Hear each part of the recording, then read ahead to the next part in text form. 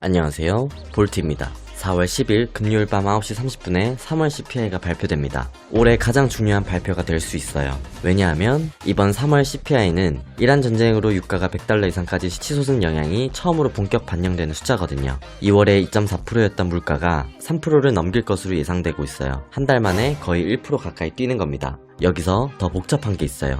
4월 8일에 미 이란 2주 휴전이 합의됐잖아요. 그런데 합의 반나절 만에 이스라엘이 레바논은 휴전 대상이 아니라고 하면서 베이루트의 전쟁 이후 최대 규모 공습을 감행했고, 이란은 위반이라며 호르무즈 재차단을 검토하고 있어요. 휴전이 살아남느냐 죽느냐에 따라서 금요일 CPI 이후 시장 반응이 완전히 달라집니다. 그리고 같은 날 4월 10일 금요일 이슬라마바드에서 미국 이란 평화협상도 시작돼요. CPI 발표와 평화협상이 같은 날 겹치는 겁니다. 이번 영상에서 CPI가 어떻게 나올 것으로 예상되는지, 결과에 따라 금리가 어디로 가는지, 비트코인에 어떤 영향을 주는지 전부 정리해드리겠습니다. 좋아요, 구독 한 번씩만 부탁드리며 바로 들어가 보겠습니다.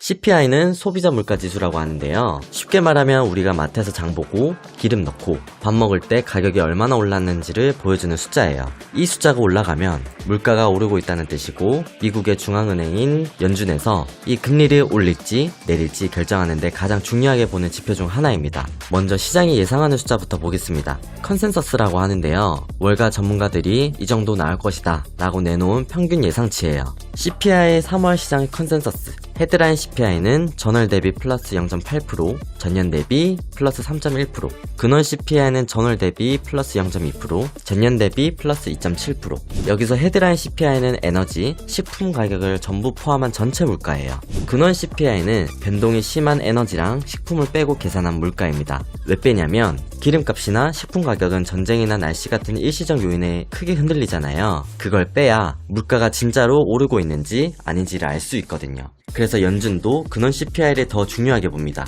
자, 이번 CPI 결과에 따라 금리가 어디로 가느냐, 이게 핵심이에요.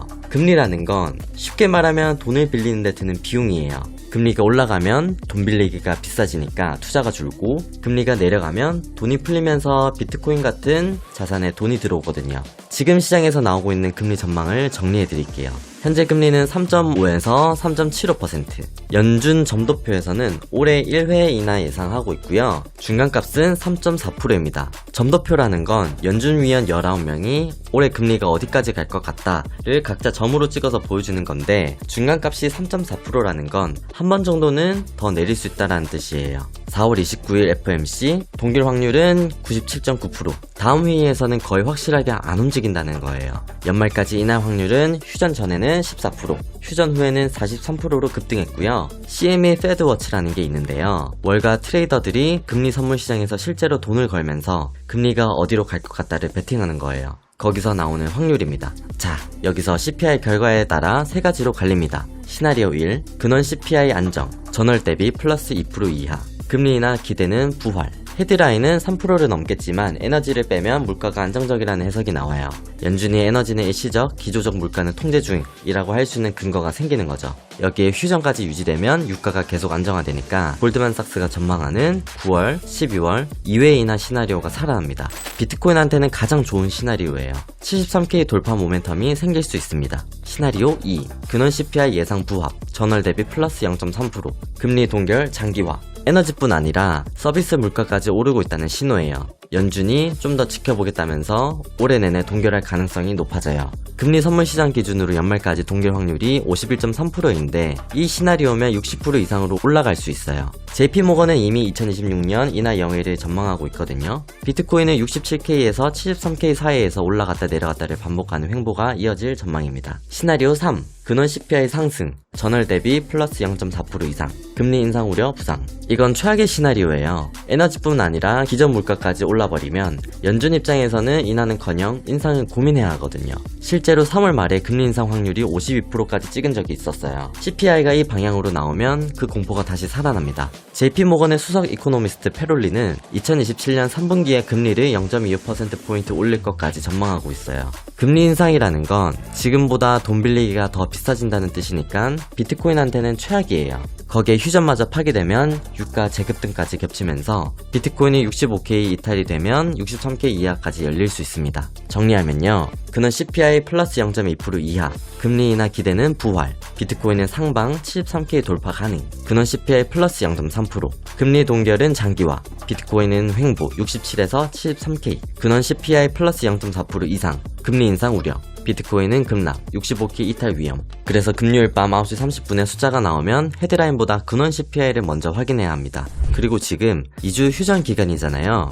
이 기간 동안 이슬라마바드 협상, 호르무즈 해협 개방 여부, 이스라엘, 레바논 공습 등 변수가 매일 터지면서 변동성이 극대화될 거예요. 제가 올려드리는 영상은 촬영하고 편집까지 시간이 걸리기 때문에 속보 대응이 어렵거든요. 그래서 실시간 안내는 코인플로우 텔레방에서 가장 빠르게 드리고 있습니다. CPI 발표 즉시 속보, 해석, 시나리오별 대응 전략까지 바로 나가고 지금도 타점 시그널이 계속 진행 중이에요. 아직 입장 안 하신 분들은 설명란 통해서 빠르게 들어와 주시길 바랍니다. 4월 10일 금요일이 특별한 이유가 있어요. CPI 발표와 이슬라마바드 평화협상이 겹치는 날이거든요. 이슬라마바드에서 벤스 부통령이 이란 측과 협상을 시작하는데 거기서 진전이 나오면 유가가 추가 하락하면서 CPI 충격을 상쇄할 수 있어요. 반대로 협상이 결렬되거나 이란이 호르무즈 재차단을 선언하면 CPI가 안 좋게 나온 것과 겹치면서 시장이 이중으로 맞을 수 있습니다. 그리고 이번 주 초 휴전 합의 이후 시장이 보여준 패턴을 기억하셔야 돼요. 4월 8일 새벽 휴전 합의, 비트코인 72K 급등, 4월 8일 오후 이스라엘 레바논 공습, 비트코인 급락.